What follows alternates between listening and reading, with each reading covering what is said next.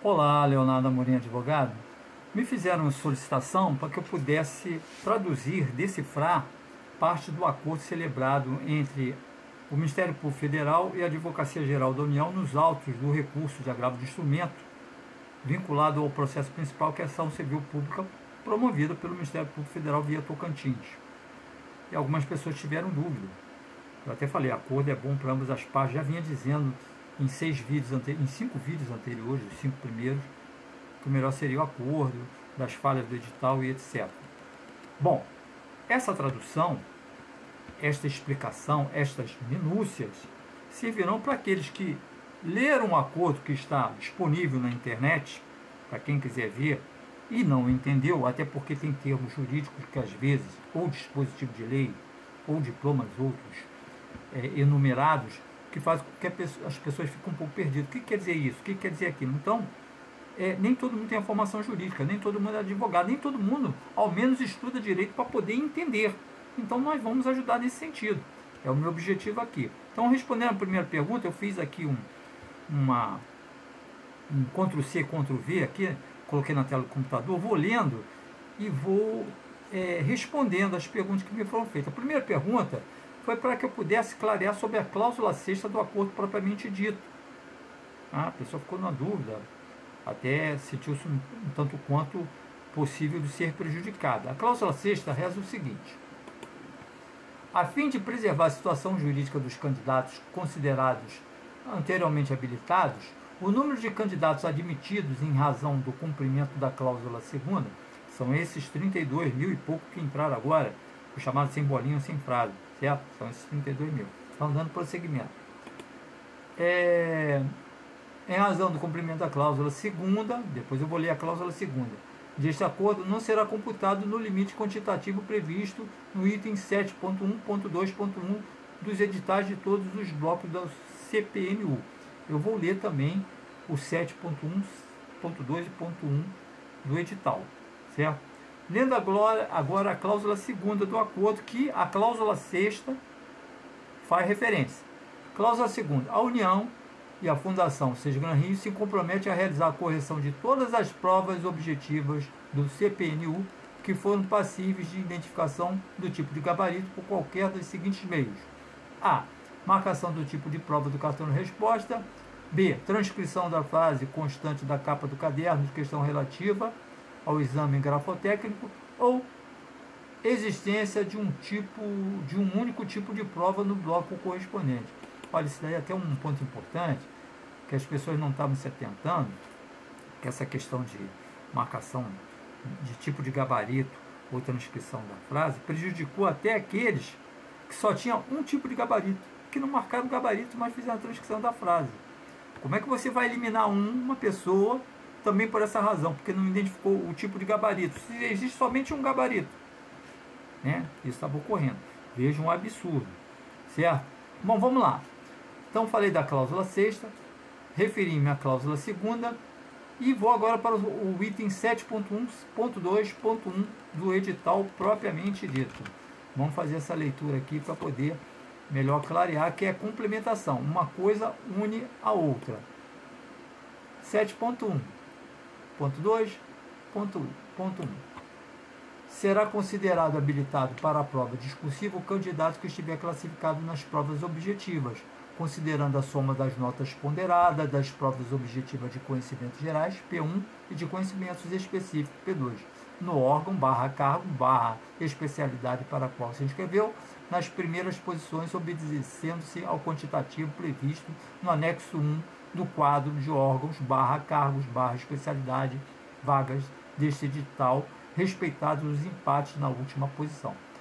O número de provas discursivas corrigida por cargos e especialidades demandada será igual a 9 vezes o número total de vagas imediatas, respeitando-se o limite mínimo de 10 provas discursivas corrigida por cargos e especialidades demandadas, para a ampla concorrência, entre parênteses, AC, candidatos negros, entre parênteses, CN, pessoas com deficiência, entre parênteses, PCD, e indígenas, entre parênteses, CI, conforme descrito no anexo 1 dos quadros de órgãos, cargos, especialidade, vagas deste edital.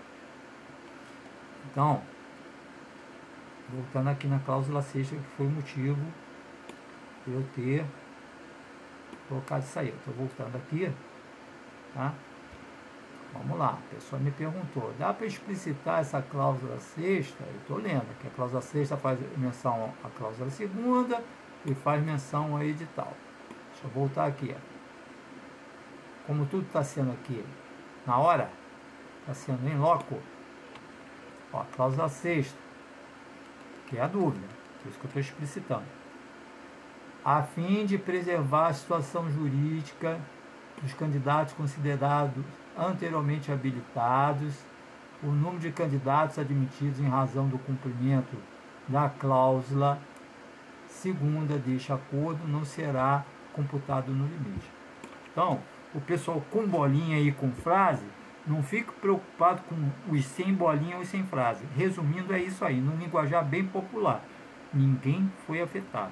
Li aí a cláusula sexta, a cláusula segunda e o inciso do edital. O acordo colocou todo mundo no mesmo patamar de continuidade no certame. Ninguém foi prejudicado. Aquele limite que estava previsto no edital não foi prejudicado para quem já estava dentro. Foi o que eu falei no vídeo anterior. Quem está dentro, está dentro. Ok? Então, eu acho que está entendido a dúvida quanto a essa primeira pergunta. Tá? Eu não tenho como fazer mais. Tá? Eu li, expliquei, estou dizendo que não tem problema nenhum. Continua no limite. Eu estou lendo tal como está no acordo. A redação não é minha. Tá? Foi redigido em combinação. AGU e Ministério Público Federal, levado a juízo e homologado. Então, esse é o item do acordo. Resumindo, está todo mundo dentro. Tranquilo? Com bolinha, sem bolinha, com frase, sem frase, está todo mundo dentro. Não prejudicou em nada. O fato de 32 mil terem voltado ao certame. Ok? Vamos dar continuidade aqui. Está em loco. Está presencial aqui. Transcrição feita agora. Um outro item. Isso é importante. Tá? Pessoal cotista. Tá? Pessoal negro. Não poderiam ser prejudicados e estavam na iminência do prejuízo. Entrou também essa consideração no acordo. Vou ler tal como está no acordo. Eu fiz a transcrição. Estou olhando para a tela do computador. Então, preste atenção quanto a isso que é muito importante. Considerando a controvérsia sobre o número de provas discursivas corrigidas para candidatos de cotas raciais para pessoas negras, inferior ao previsto no item 7.1.2.2.1 do edital e na instrução normativa do Ministério de Gestão e Inovação, número 23/2023, que determinam que sejam corrigidas para candidatos cotistas a mesma quantidade de provas corrigidas para candidatos de ampla concorrência, conforme recomendação da Procuradoria da República do Rio de Janeiro, número 17/2024, de 5 de novembro de 2024. O que ocorre? A correção de provas discursivas para pessoal cotista, raça negra, estava sendo limitado. Em número reduzido, estava deixando de se alcançar todos aqueles que deveriam alcançar, seguindo esses dispositivos que eu citei. Vamos ler o edital, já que eu fiz menção a ele, nessa consideração, que é um trecho que eu extraí do acordo. O edital, no item 7.1, 7.2, retificando, 7.1.2.2.1, reza o seguinte: em atendimento ao artigo 10, parágrafo único, inciso 2º da Instrução Normativa do Ministério de Gestão e Inovação, número 23, de 23 de julho de 2023, o número de candidatos de vaga reservada às pessoas negras consideradas aprovadas será igual ao número de candidatos considerados aprovados na lista de ampla concorrência, desde que atinjam a nota mínima nas provas objetivas, conforme disposto neste edital. Aí eu vou ler a instrução normativa número 23, de 25 de julho de 2023.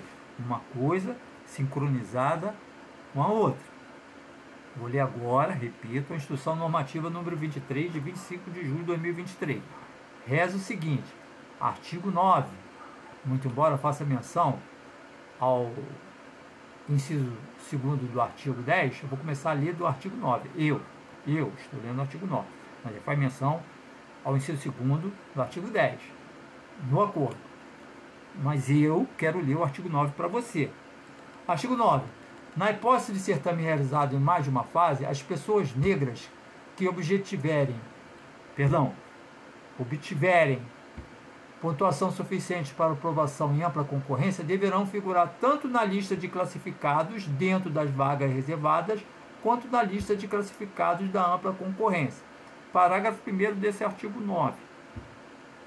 Quando o edital previa cláusula de barreira, as pessoas negras que obtiverem pontuação suficiente para aprovação em ampla concorrência não deverão ser contabilizadas no quantitativo total de aprovados para as vagas reservadas às pessoas negras, conforme previsto em edital para aquela fase. Parágrafo 2º. O disposto no caput e no parágrafo 1º somente se aplica à pessoa optante pela reserva de vagas que tiver obtido na pontuação mínima para aprovação em cada fase do certame, nos termos do edital. Regras aplicáveis à cláusula de barreira. Aí vamos no artigo 10, que foi feito menção no acordo, que foi considerado. Agora que eu vou entrar no artigo 10. Eu, por conta própria, li o artigo 9 para você ficar um pouquinho mais ligado nisso daí. Perdão, o ligado. Tá? Mais atento. Artigo 10. Os editais de concurso público ou de processos seletivos simplificados deverão garantir a participação de pessoas negras optantes pela reserva de vagas em todas as etapas do certame, sempre que atingida a nota mínima exigida em cada fase. Parágrafo único. Para fins de cumprimento de disposto no caput desse artigo 10, os editais de concurso público ou de processo seletivo simplificado realizados em mais de uma fase, 1. Poderão deixar de prever cláusula de barreira, especificamente para a seleção de candidatos às vagas reservadas. Ou, agora que vem o inciso 2, que o acordo faz menção, o inciso 2 desse artigo 10. Deverão prever o número de candidatos às vagas reservadas consideradas aprovadas em cada fase do certame, que será igual ou superior ao número de candidatos considerados aprovados listada em ampla concorrência, quantitativo de vagas e cadastros de reserva. Qualquer coisa, volta ao vídeo. Qualquer coisa, ouça tudo de novo. Eles fizeram menção a este inciso 2º do artigo 10. Então, tivemos também um acordo quanto à análise da discursiva do pessoal cotista, raça negra, que estava limitada. Foi ampliado por essas razões. Lembrando que um edital é uma regra de um concurso, mas um edital não pode estar acima das leis propriamente ditas. Então eu vi aí muita gente dizendo: como é que pode mudar o edital agora, nessa fase? Não. Não é que mudaram o edital, não. O edital estava falho, estava com erro. Tá? O acordo celebrado com o crivo judicial foi para retificar, consertar, arrumar, ajeitar o que já estava errado desde o início. Só isso. Justiça foi feita. Tá? Não pode o edital estar acima das leis. Tá? Então foi feita justiça também em relação a isso, pelo acordo celebrado entre as partes, a Advocacia Geral da União e o Ministério Público Federal. Vamos dar continuidade? Me permita, eu estou lendo aqui a tela do computador, porque eu fiz essa transcrição para lembrar dos itens, um a um, daquilo que me foi perguntado, das dúvidas que as pessoas têm do acordo propriamente dito que foi celebrado. Vamos para o próximo. Cláusula 4ª desse acordo. A União se compromete a retificar os editais do bloco 4 e 5 para o cargo de analista técnico de políticas sociais, ATPS, a fim de incluir a prova de títulos como etapa classificatória do certame nos termos exigidos pelo artigo 4º da lei. Lei 12.094 de 19 de novembro de 2009, garantindo a equivalência com os pesos previstos na tabela 1 do edital do bloco 2 para o mesmo cargo, entre parênteses, item 7.1.1.1.2, com valor máximo de 10 pontos para a etapa de título. Eu frisei bem lei, porque eu ouvi até a nível de internet, canais, hein? Pessoas dizendo, mudar o edital agora, nessa altura, que acordo foi esse? Isso vai provocar judicializações, outras mais, porque não foi cumprido o edital. Não foi o edital que não foi cumprido. O edital é que não atentou-se às leis. Um exemplo prático quanto a isso aí. Imagina, eu vou pegar um exemplo. Uma pessoa é graduada segundo sargento na Marinha, o outro é graduado segundo sargento da Aeronáutica. O da Marinha está com vencimento maior que o da Aeronáutica. E as suas graduações são a mesma. Um é segundo sargento, o outro é segundo sargento. Como é que o da Marinha, sendo segundo sargento, está ganhando mais do que o segundo sargento da Aeronáutica? É a mesma coisa, né, nesse caso aqui do edital. O cargo é análogo, o cargo é o mesmo. Só que esqueceram, perdão, se tiver na verba, com perdão da palavra, não tem que usar o linguajar popular, alguém papou mosca na redação do edital. E esqueceram que essas pessoas fazem jus à apresentação dos títulos. O acordo veio a celebrar isso daí. Vamos retificar essa injustiça? Foi retificado. Então, comentários do tipo, isso vai provocar novas judicializações, como pode mudar o edital agora. Não está mudando o edital, está consertando o que foi feito errado. Mais um erro. É o que eu disse. Tinha muitos erros, tá? Nas propostas dos editais apresentadas, erros, falhas cometidas. Essa é mais uma. Falei dos negros, tá? Das suas provas discursivas a serem analisadas. Estou falando agora dos títulos para esse cargo aqui, a TPS, fazem jus a apresentar títulos. Falei dos 32 mil que voltaram, que eram sem bolinha, sem frase. Falei que os que já tinham bolinha em frase não vão ser prejudicados. Falei. Vamos dar continuidade? Bom, vamos lá. Lembrando que eu estou lendo a tela do computador para poder enumerar um a um os itens que me foram perguntados. Eu estou decifrando o acordo, eu estou ajudando a entender.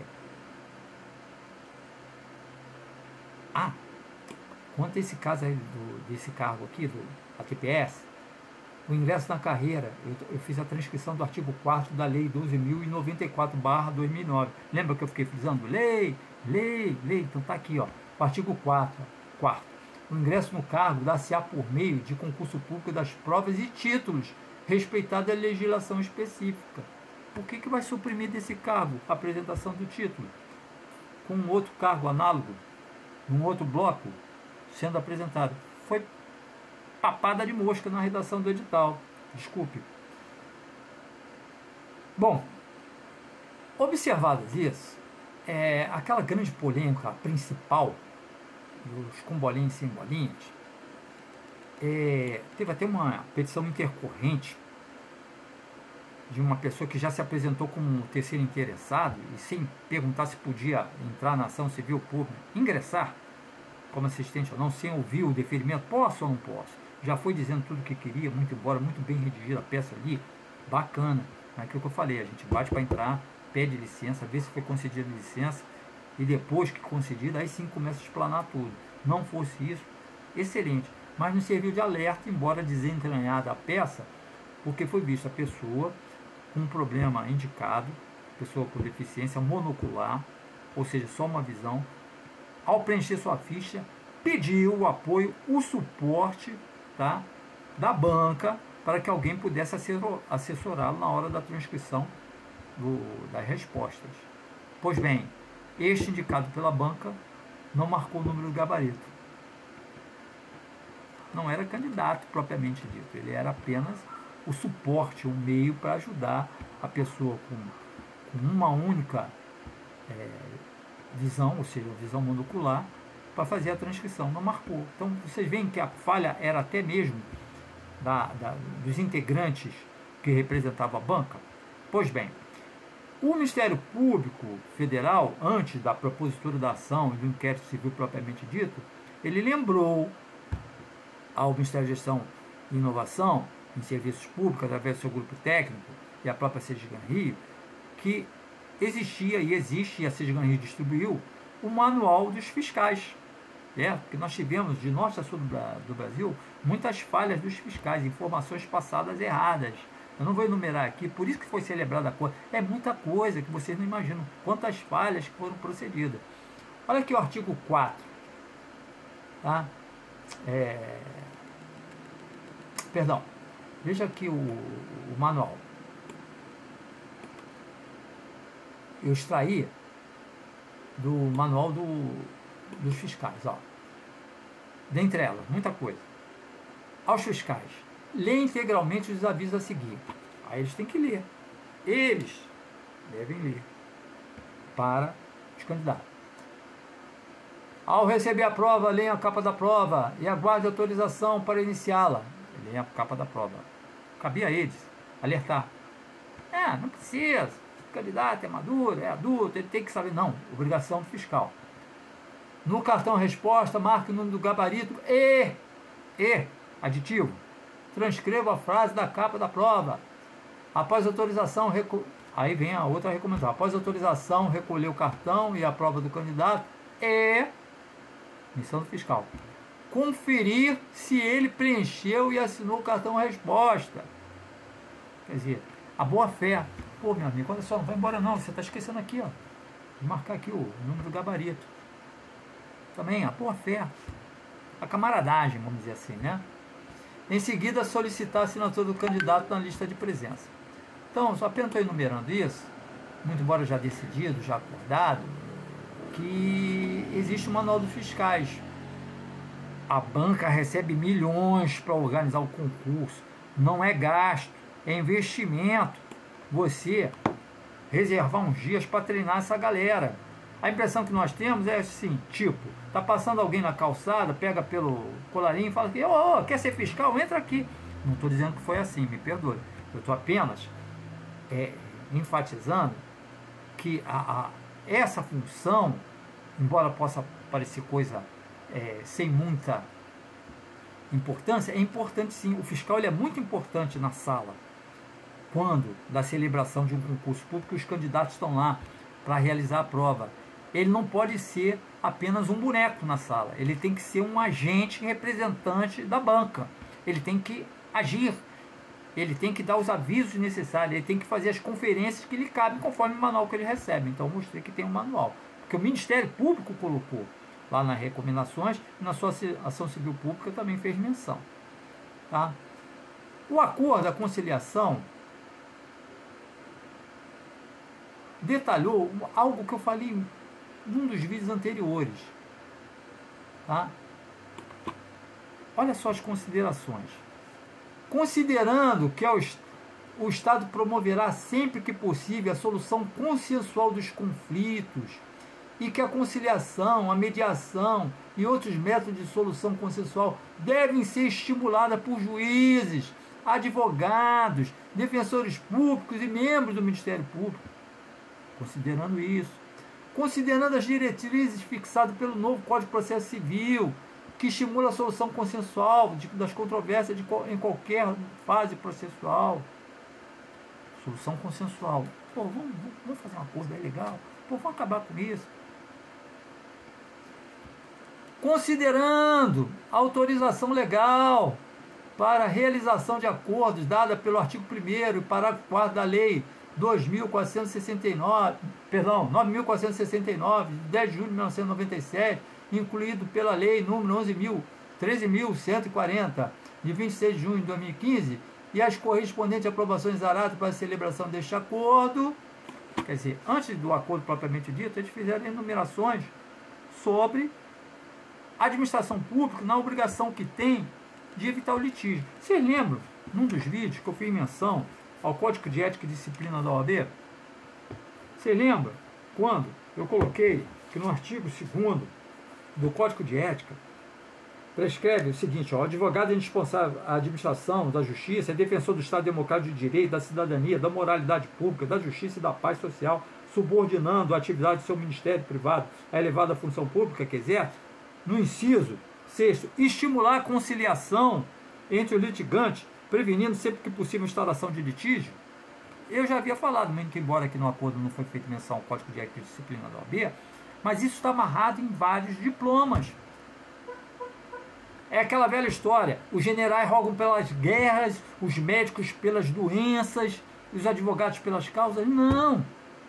O bom general é aquele, não, vou evitar uma guerra. O bom general é assim. O bom médico é aquele que não fica, se muito, ainda que ele seja particular, e muito interessa ter clientes, pacientes e mais pacientes, porque ele tem um consultório particular, etc.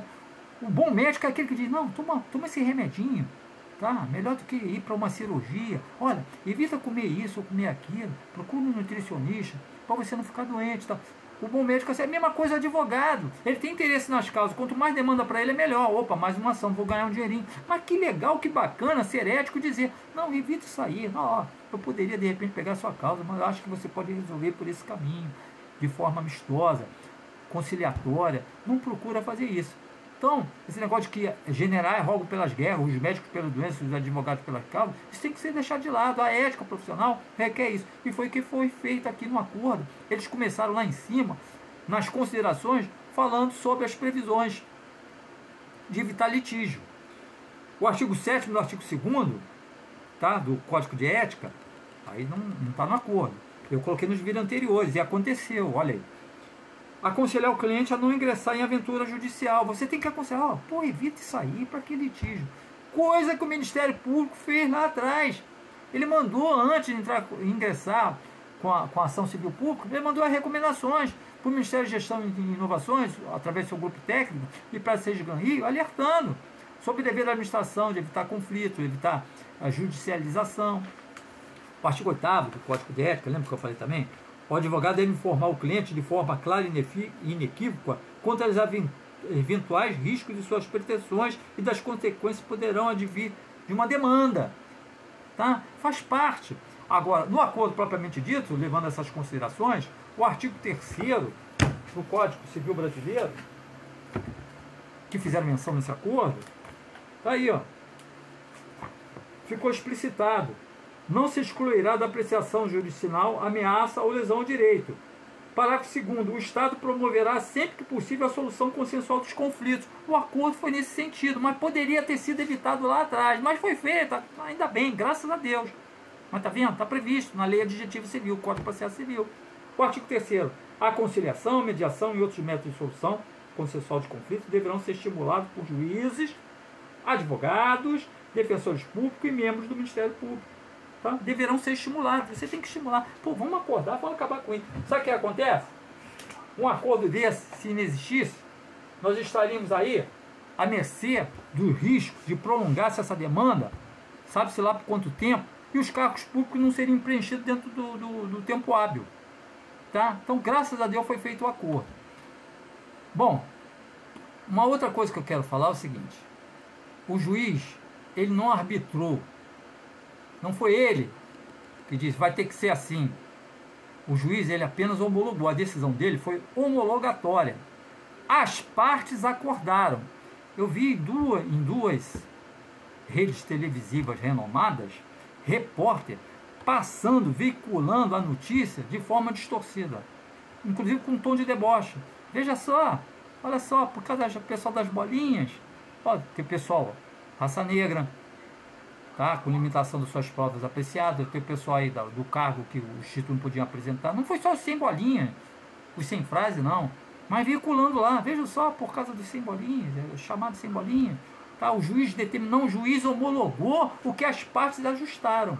Tá? Então aqui, ó, na decisão, o juiz colocou assim, ó, com o intuito de reduzir a litigiosidade e fomentar a transação como meio para a rápida solução de litígio no Poder Judiciário, os autos foram remetidos a este núcleo central de conciliação nos termos da resolução número 31, de 7 de outubro de 2015, republicada em 4 de dezembro de 2015, sendo desde logo promovida a reunião interinstitucional para tratativas conciliatórias conforme certidões, números tais. É o número da folha aqui. Em petição, tal, conforme antes ajustado, a União apresenta os termos do acordo, formatado entre as partes.